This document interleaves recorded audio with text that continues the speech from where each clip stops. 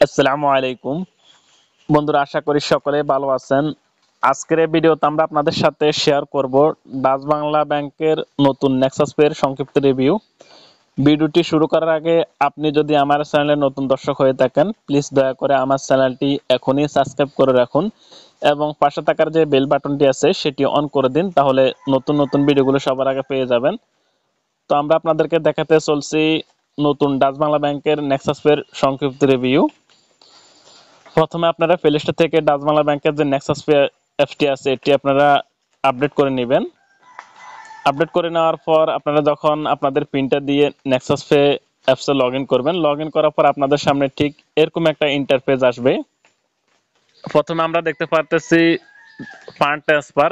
এখন আমরা fund transfer অপশনে ক্লিক করলাম। ক্লিক করার পর এখান থেকে ডাচ বাংলা ব্যাংক থেকে ডাচ বাংলা ব্যাংকে টাকা ট্রান্সফার করা যাবে এবং ডাচ বাংলা ব্যাংক থেকে অন্য ব্যাংক অ্যাকাউন্টে বিএফটিএন কিংবা এনপিবিএস এর মাধ্যমে ফান্ড ট্রান্সফার করতে পারবেন। এরপর বিনিময়ের মাধ্যমে ফান্ড ট্রান্সফার করতে পারবেন। এরপর আমরা দেখতে পাচ্ছি টপ আপ অর্থাৎ মোবাইল রিচার্জ। এখানে আমরা যদি ক্লিক করি তাহলে আমরা ডাচ বাংলা ব্যাংকের অ্যাকাউন্ট কিংবা প্রিপেড কার্ড থেকে আমরা মোবাইল রিচার্জ করতে পারবো যে কোনো অপারেটর। তারপর আমরা দেখতে পাচ্ছি পে বিল। এখান থেকে আমরা আসলে ডাচ বাংলা ব্যাংকের অ্যাকাউন্ট থেকে পে বিল করতে পারবো।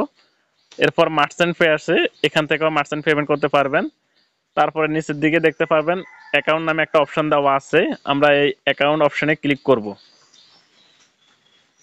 অ্যাকাউন্ট অপশনে ক্লিক করার পরে এটা লোডিং হতে একটু সময় নেবে।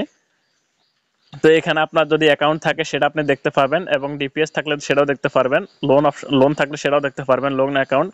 নয়তোবা আপনি অ্যাড অ্যাকাউন্ট এখানে ক্লিক করে আপনার ডাচ বাংলা ব্যাংকের অ্যাকাউন্ট নাম্বারটা দিয়ে সাবমিট অপশনে ক্লিক করে আপনার অ্যাকাউন্টটি অ্যাড করে নিতে পারবেন। ধরুন আমরা ডাচ বাংলা ব্যাংকের অ্যাকাউন্ট অ্যাড করতেছি, আমাদের অ্যাকাউন্ট নাম্বারটা দিয়ে এখন সাবমিট অপশনে ক্লিক করব। ক্লিক করার পর একটা ওটিপি আসবে, ওটিপি দিয়ে আমরা সাবমিট করলে আমাদের ব্যাংক অ্যাকাউন্টটি অ্যাড হয়ে যাবে যদি আপনার ব্যাংক অ্যাকাউন্ট অ্যাড করা না থাকে। এরপর আমরা এখান থেকে ব্যাকে চলে যাব। তারপর এখান থেকে আমরা দেখব এফডিআর নামে একটা অপশন দেখতে পাবো। এখান থেকে আমরা এফডিআর অপশনে ক্লিক করলে আমাদের এখানে যদি এফডিআর থাকে সেটা আমরা দেখতে পাবো, নয়তো আমরা নতুন এফডিআর এখান থেকে ওপেন করতে পারবো। এরপর আছে ডিপিএস। এখানে যদি ডিপিএস আমরা অপশনে ক্লিক করি তাহলে আমরা আমাদের যদি ডিপিএস থাকে ডাচ বাংলা ব্যাংকে সেটা আমরা দেখতে পাবো, নয়তোবা নতুন আমরা ডাচ বাংলা ব্যাংকে ডিপিএস খুলতে পারবো।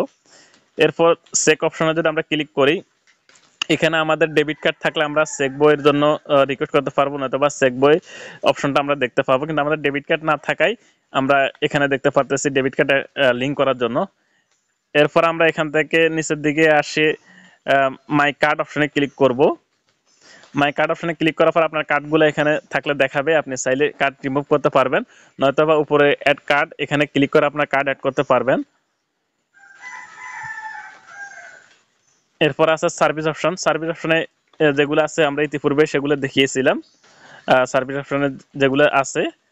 তো এ ছিল ডাচ বাংলা ব্যাংকের নতুন নেক্সাস পে এর সংক্ষিপ্ত রিভিউ। ভিডিওটি যদি আপনার জন্য হেল্পফুল হয়ে থাকে তাহলে অবশ্যই লাইক করবেন। আজকের ভিডিওটি এ পর্যন্তই। সবাই ভালো থাকবেন, সুস্থ থাকবেন। আল্লাহ হাফেজ।